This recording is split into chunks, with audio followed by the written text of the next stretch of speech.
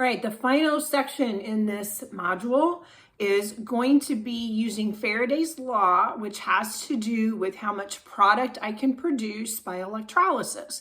And as we're already all very much aware, a lot of times what we're trying to do in chemistry is we're trying to produce something. And so we want to know how much we're going to be able to get. In reality, these are stoichiometry problems.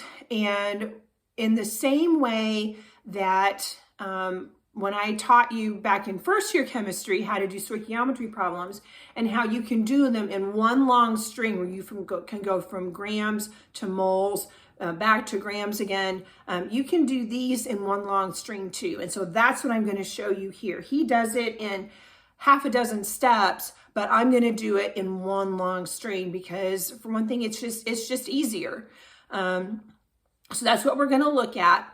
Now, we need two pieces of information to help us out. First of all, coulombs. If you've already taken physics, you know that coulombs is a coulomb is a unit of charge. And 1 mole of electrons is equivalent to 96,485 coulombs. So this is it's just a standard, equivalence. 1 kilometer is equal to 1,000 meters. Same type of deal. Okay.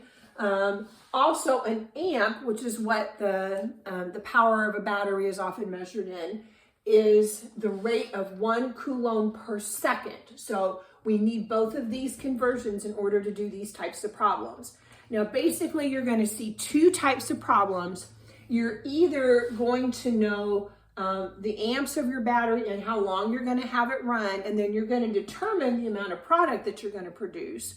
Or we're going to do it the other way around, and you're going to know the amount of product and you're going to find that you need, and you're going to find out how long you're going to have to let it run in order to get that. And so we will do one example of each one.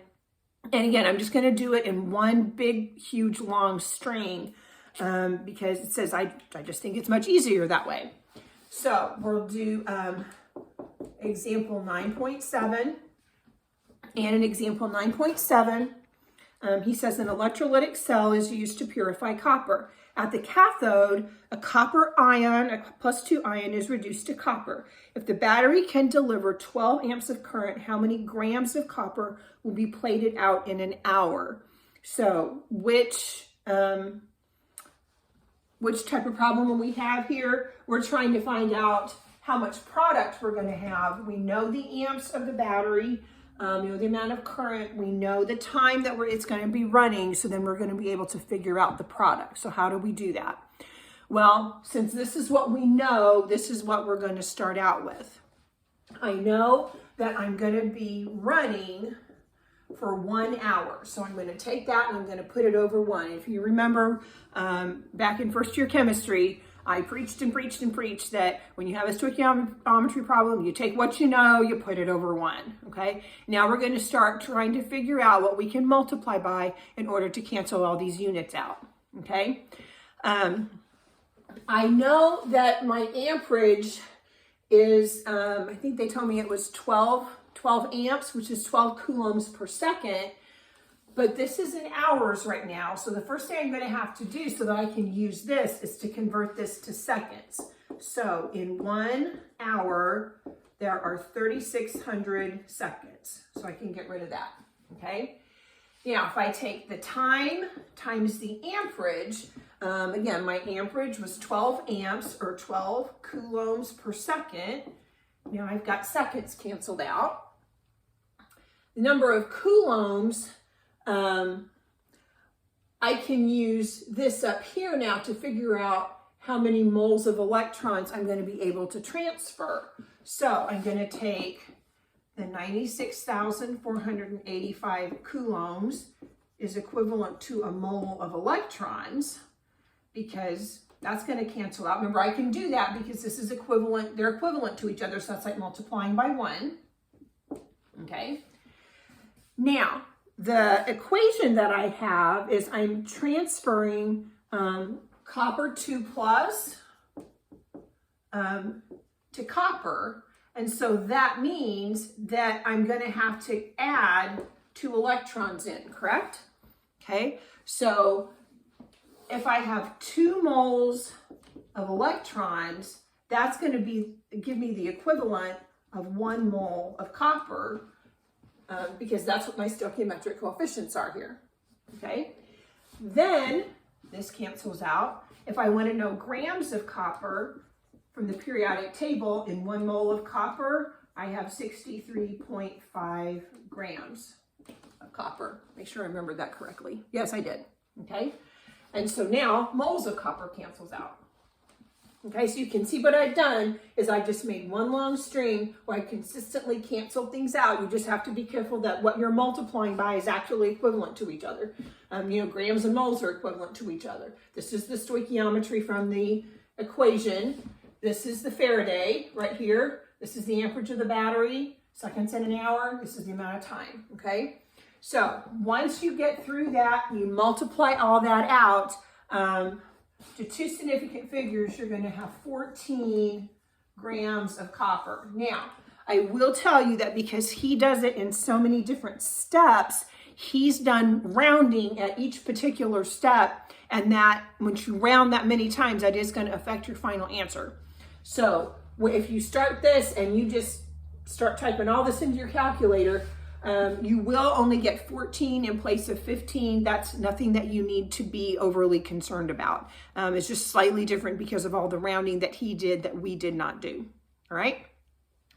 Then if we look at example 9.8, we'll see an example of the other type of problem where we're going to start out with the amount of product that we're trying to get. While in college, the author of this text made extra money by electroplating silver from silver nitrate solutions that were being disposed of by a local hospital. The cathode of his electrolytic cell reduced silver ion from the silver nitrate solution to solid silver. He then sold this silver to jewelry dealers.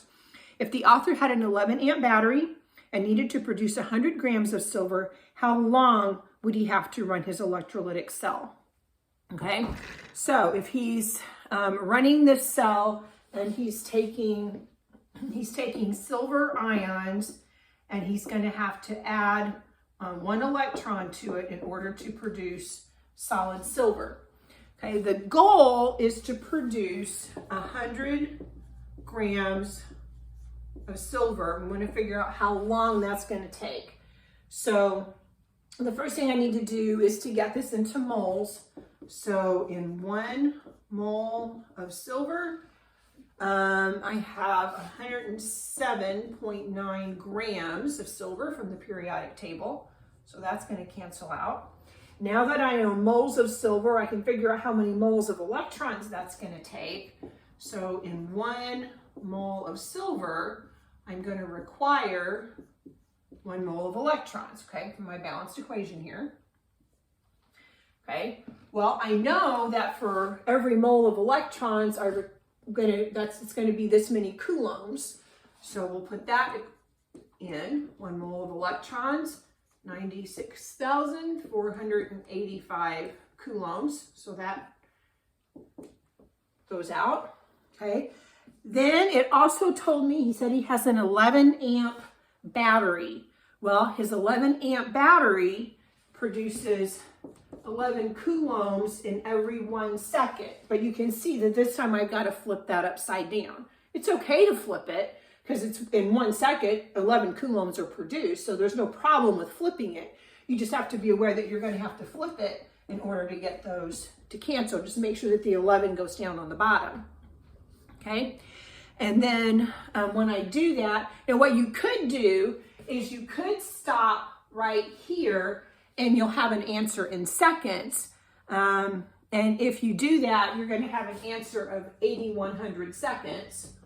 Or you could go ahead and multiply by 3,600 seconds is equivalent to 1 hour, and you can get an answer in hours, which is going to be 2.3 hours.